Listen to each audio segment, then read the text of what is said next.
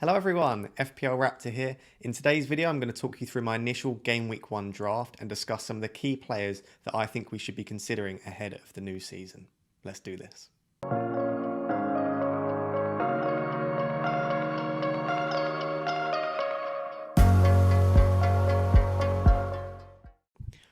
Right guys, we're going to jump straight into the video. You can see straight away that I'm lined up in a 3-4-3 formation. The defense itself is actually pretty template compared to what you see on social media and also on the rest of YouTube. But I suppose the key differential here is that I've got Backman in goal and Foster on the bench as opposed to the Sanchez and Steele double up, which I've seen with a lot of other managers. My main reason for going Backman over Sanchez at this early stage is I just think that Backman's more likely to pull those hauls in than Sanchez. We saw Martinez was an absolute hero last season, and he, on quite a few occasions, pulled those sort of 10, 11, 12 pointers where he keeps a clean sheet, but he also makes several saves, which results in bonus points as well. Sanchez actually ranked 23rd last season for saves per 90 out of all the keepers. So he doesn't make a lot of saves. It's probably because Brighton are quite good defensively and put in a lot of blocks, but it results in Sanchez often getting 6 points as opposed to the sort of 10 or 11 pointer that you hope for. So I am going with Backman at the moment just because I think he's a lot more likely to get those big hauls than Sanchez is. So, as I said, the rest of the defence is fairly template. They've all got pretty high ownership, and you'll see them in a lot of other drafts. There is a reason that I have these three defenders, though, and I'm very keen on keeping them for the rest of my drafts, even if it means having to rearrange funds elsewhere. Trent goes without saying. He was top for big chances created last season, top for expected assists, and that was after having a really tough start to the season as well. Liverpool's fixtures are absolutely incredible for those first six, and I expect them to be even stronger now that Van Dijk's back and they've signed Konate. So Trent is probably non-negotiable. I haven't taken him out of any drafts so far, and I can't see a reason to drop him. Digne and Shaw that I've got with him, the reason for that is just they're so attacking. They're really high on bonus points. They're creating lots of chances. Both of them priced at 5.5 million. Both have fantastic fixtures to start.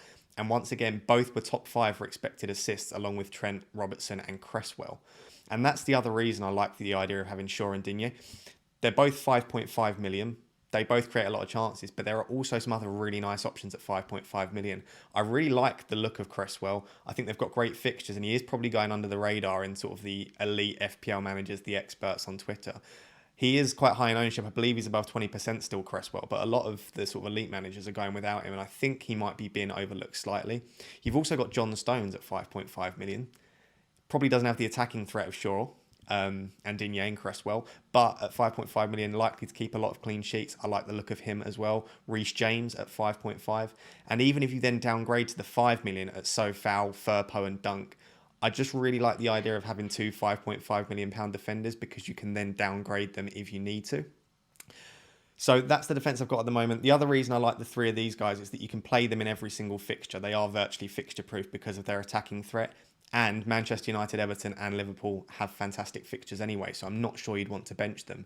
Last season, I was punished a little bit by trying to guess which 4.5 million attacking defenders were likely to be nailed. We had Vinagre, who suddenly was dropped and then injured. We had James Justin, who actually turned out to be a great option, but I'm not sure that I'm keen on playing that roulette early on, and I like the idea of having these three guys nailed on. You can see I've got Veltman on the bench at the moment. Veltman could easily start. So if I do need to try and find cash elsewhere to upgrade my attack, I could easily drop maybe if Luke Shaw is injured because of his issue with his ribs. If he is injured, I can drop him, put Veltman in the starting 11 and then use the funds elsewhere. I've got Manquillo third bench at the moment. I don't expect it to be Manquillo. I'm just hoping that a £4 million defender emerges as a fantastic option because that's the dream in FPL, isn't it? To have that £4 million defender that's nailed good fixtures. So let's hope we get one of those. But for the time being, those are the 5 defenders. Let's move on to the midfielders. So moving on to my midfield, you can see straight away the most noticeable thing is that I do have Salah and Bruno Fernandes at the moment. I've had Salah in every single draft, to be honest, but Bruno I've had in about 80 to 90% of my drafts. I do 100% see the value in dropping Bruno to the likes of Heung-min Son or Mahrez or Havertz and then spreading the funds because you can get a brilliant midfield 5, you can get a premium defence and 2 good strikers. So I fully appreciate that. I would never tell anyone that's a mistake. For me, I actually think Bruno's probably a better option than people are considering. I know he is quite reliant on penalties to hit those upper echelon figures, 250, 300 points, but he is still on penalties, and Man United do win a lot of penalties. So I don't think that should be disregarded completely. I actually think Fernandes is a fantastic captaincy option in game week 3 and game week 4. I know you can captain Salah in 5 of the first 6 game weeks, and I may well end up doing that. But I like the idea of having Bruno as an option. And even if I don't captain him, if he gets a 10 pointer, that's still 10 points for me. So I probably will have Bruno come game week 1, but I'm definitely not against the idea of trying out some different things. I personally think if I was to go without Bruno, I'd probably just make a direct replacement with De Bruyne or Mane, just because I like having that second premium. Because if Kane does start firing, it's a lot easier to get to Kane if you can just downgrade Fernandes to a 4.5 million mid or a 6 million mid and then upgrade to Kane.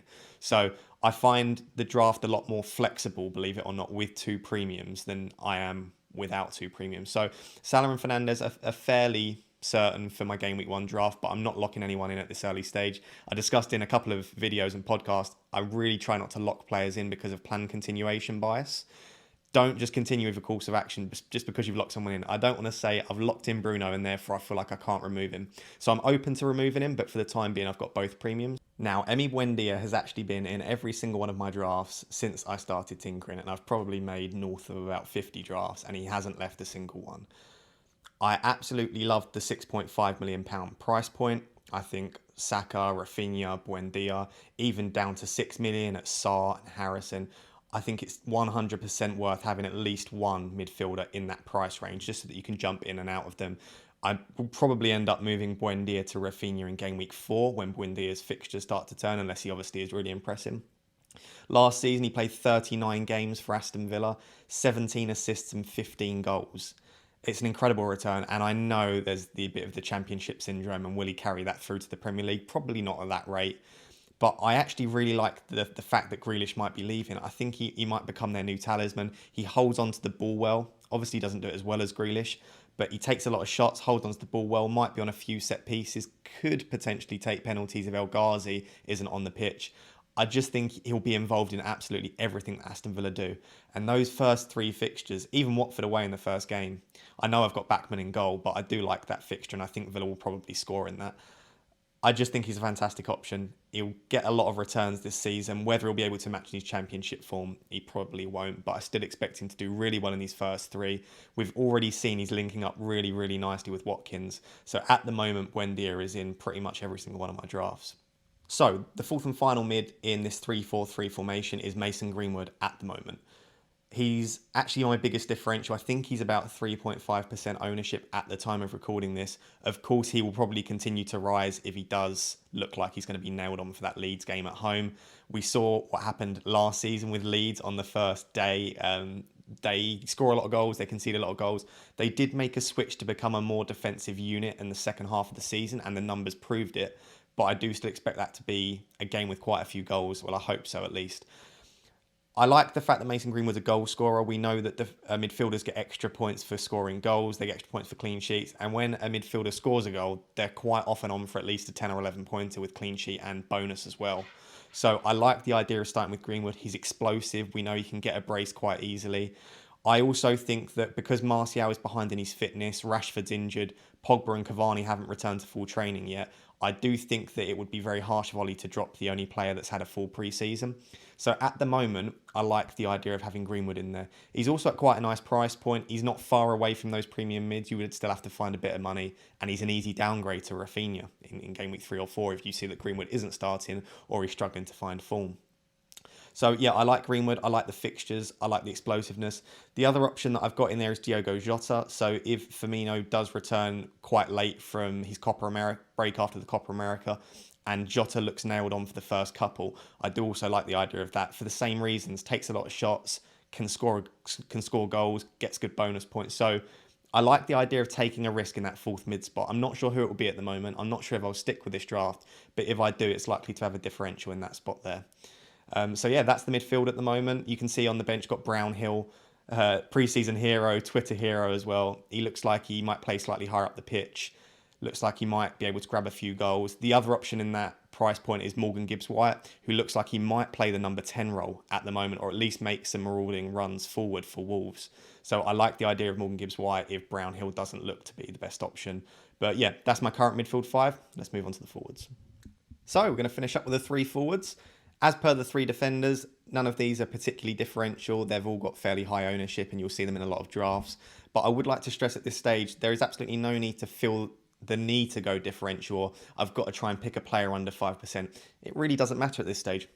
The reason that players are probably quite highly owned is they're good options, they're expected to do well or have done well in the past. So I see absolutely no issue with going with high ownership players. I'm trying to not look at ownership too much because it really shouldn't affect your decision making. If you think a player's going to score well, score goals, get a lot of points, then put them in your team. It should be that simple. I know it's sometimes difficult, and I think if there is a 50-50 decision and one of them has really low ownership, in that case, that might be a deciding factor. Having said that, Antonio has 13% ownership at the time of recording this. He's got the lowest ownership of the 3. I expect that, again, to slowly increase unless he becomes injured. And that is the big thing with Antonio, right? Can he stay fit? Because when he does stay fit, if you're interested in your statistics and your underlying statistics, there are only 2 strikers that do better than Antonio for expected goals per 90 last season. That was Vardy and Kane. Both are significantly more expensive. I think Vardy will probably drop off this season with Daka and Iheanacho to fill in for him. Kane probably won't start game week 1. We don't know where he's going to end up. So of all of the options, Antonio does look the best. And if you use Fantasy Football Fix to look at the projected points for the first 6 game weeks, Antonio comes out on top. And I think if he is fit come game week 1, I'd find it very, very difficult not to have him in my team. Other than that, I've got Watkins, who I think will be very popular for a number of reasons. He's a 90-minute man. You can trust Watkins will play 90 minutes in those first few games. And he's got such good fixtures in those first 3, as per Buendia. And I quite like the idea of the Villa double-up. I think Watkins will continue to improve. I think he does so much off the ball. I think his technique is fantastic. And I expect him to improve on his 14 goals that he scored last season. So I'm looking forward to seeing him. And I like watching Villa play. And I know that isn't a great scientific reason for picking a player, but I like watching Villa. And I think with the additions they've made to their side with Buendia and now Leon Bailey, I think they're going to be really exciting to watch whether they keep Grealish or not. So Watkins and Antonio are the 2 that have been in most of my drafts. Now that 3rd spot with Ivan Toney, if I'm being honest and I had unlimited money, which we obviously don't, I would probably have Calvert-Lewin in that spot. I like the £8 million striker spot for Calvert-Lewin or Bamford. And I think the issue you've got with Toney is if Abraham doesn't get his move and the likes of Welbeck and Benteke and those cheaper strikers don't perform, if Toney struggles in the first few weeks, it's going to be quite difficult to jump off of him unless you downgrade to a 4.5 and use the funds elsewhere. But that's 2 transfers. So if you pick Toney, you're sort of relying on Abraham getting a move or Toney just hitting the ground running, which he's well and truly capable of. His stats last year in the Championship were absolutely ridiculous. FPL Irons, Luke did a fantastic podcast video with the FPL Wire on the Championship assets, so go watch that if you haven't already. But Toney is just an incredible talismanic striker. And he is on penalties. He is their talisman. He will probably score 40 to 50% of their goals. So if you expect Brentford to do decent in the first few games and you expect them to score a few goals, Toney will probably be the one that gets those goals. Speaking of Brentford, I do like Mbeumo at 5.5 million. I don't see many content creators talking about him. I don't know if it's because they're worried he'll be rotated or they're not sure whether he'll play up front or on the right, but he also looks a fantastic option. But yeah, Toney is a punt, I guess, but at 6.5 million, there aren't many better options. And you could go for a 3-5-2, but I like the idea of having 3 playing forwards. I also like the idea that Toney and Antonio are both on penalties. So that's my current front 3. I am having a close, keen eye on Calvert-Lewin and Bamford. It would probably require a reshuffle of my defence and downgrading one of the £5.5 million or both of the £5.5 million defenders to get Toney up to Calvert-Lewin or Bamford, or potentially downgrading Greenwood to Rafinha. So as you can see, there are a lot of things I'm still considering. I do really like the squad. Things I don't like. I don't like the fact that I don't have a mid-priced / premium midfielder in that Greenwood spot. If, for example, Havertz, Mahrez or Son all start banging in the goal, say all 3 of them start scoring and they score a brace in the first game week, it's virtually impossible for me to get to one of them and not affect the rest of my team. It would require at least 2 moves, potentially 3 moves, just because the way the team's structured. So It's fairly flexible other than that, but I do really like the option. Even Sancho, Son, Havertz, Mahrez, Foden, Grealish, when they come back, there are so many good options at that price point. And with Greenwood being my most expensive midfielder outside of Salah and Fernandes, I think I could potentially struggle to get there. So the other option is downgrading Digne and Shaw to two cheaper defenders, say Fofana and Ben White, and then getting the money to upgrade Greenwood to the likes of Havertz, Mahrez, or Sancho. So I'm still considering that. I do like the 3-4-3 formation. I'm probably 70% in favour of that compared to a 3-5-2 or a 4-4-2. So guys, there you have it. There is my current FPL draft ahead of game week 1. As you can see, there are still a few things I'm not entirely sure about. I do really want to try and get a midfield price point in there around 8.5 to 10 million, just so that I can jump in and out of those mid-price midfielders that might end up performing really well at the start of the season. So potentially there'll be another draft coming soon where I try and find out the optimal way to fit in a player at that price point. But I really hope you enjoyed today's video. If you did, please do like and subscribe. It's free for you guys and it helps out the channel obviously massively as I go on this adventure and this journey of starting on YouTube. I just want to say thank you so much for the support on my welcome to my channel video. And I hope this hasn't let you down and that you're enjoying the content. And like I said, if you are, please like, subscribe and join me on this journey. So thank you very much, guys, and I'll catch you all very soon.